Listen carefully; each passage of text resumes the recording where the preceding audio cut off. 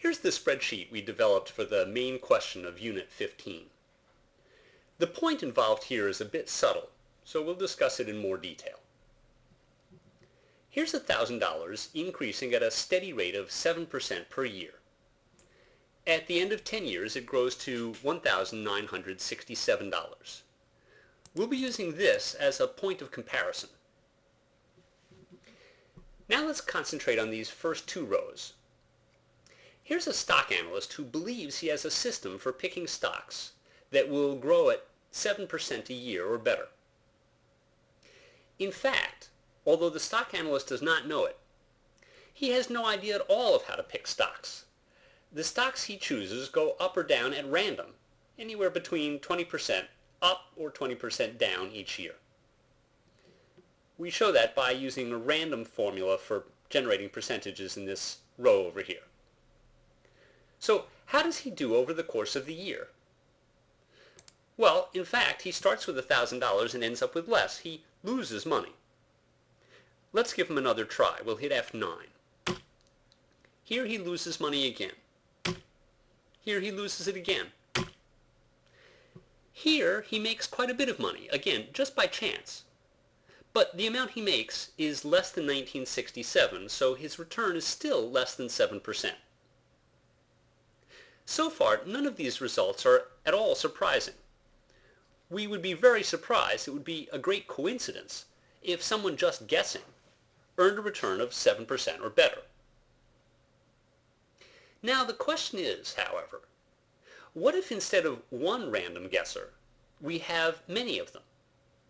Suppose we have 100 analysts, each one of which has some system that he or she believes will choose stocks that rise at 7% or better.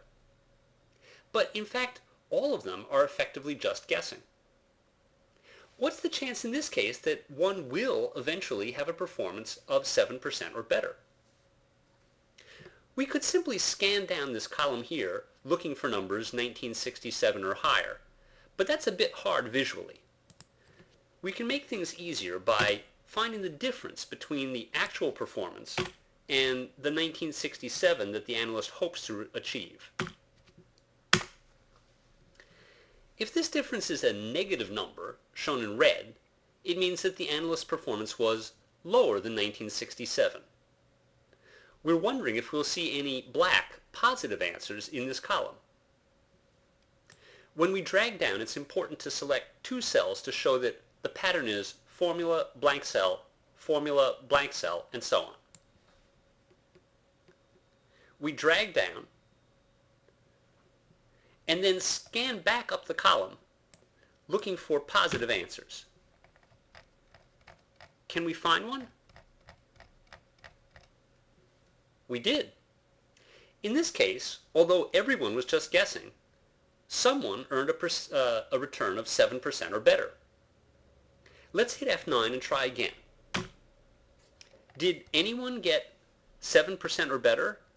We're looking for a positive black answer. Look, again, someone did. We'll try it a third time. Did anyone earn 7% or better?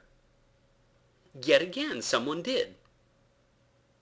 What we're beginning to see is that it's not a coincidence at all if out of a large group of people, all of whom are just guessing at random, one earns a return of 7% or better in this case. So what do we learn from this set of experiments? The conclusion we cannot reach is that all stock analysts are cheats and charlatans. We can't prove using this that all of them are just guessing. It's the other way around.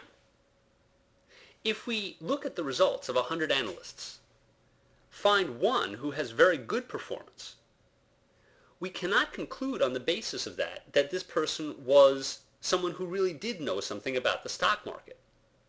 They might have been just guessing, even if in fact they themselves did not know that. In other words, what we've found is that good performance under these circumstances is not evidence of knowledge. The person may or may not have knowledge, we simply can't tell.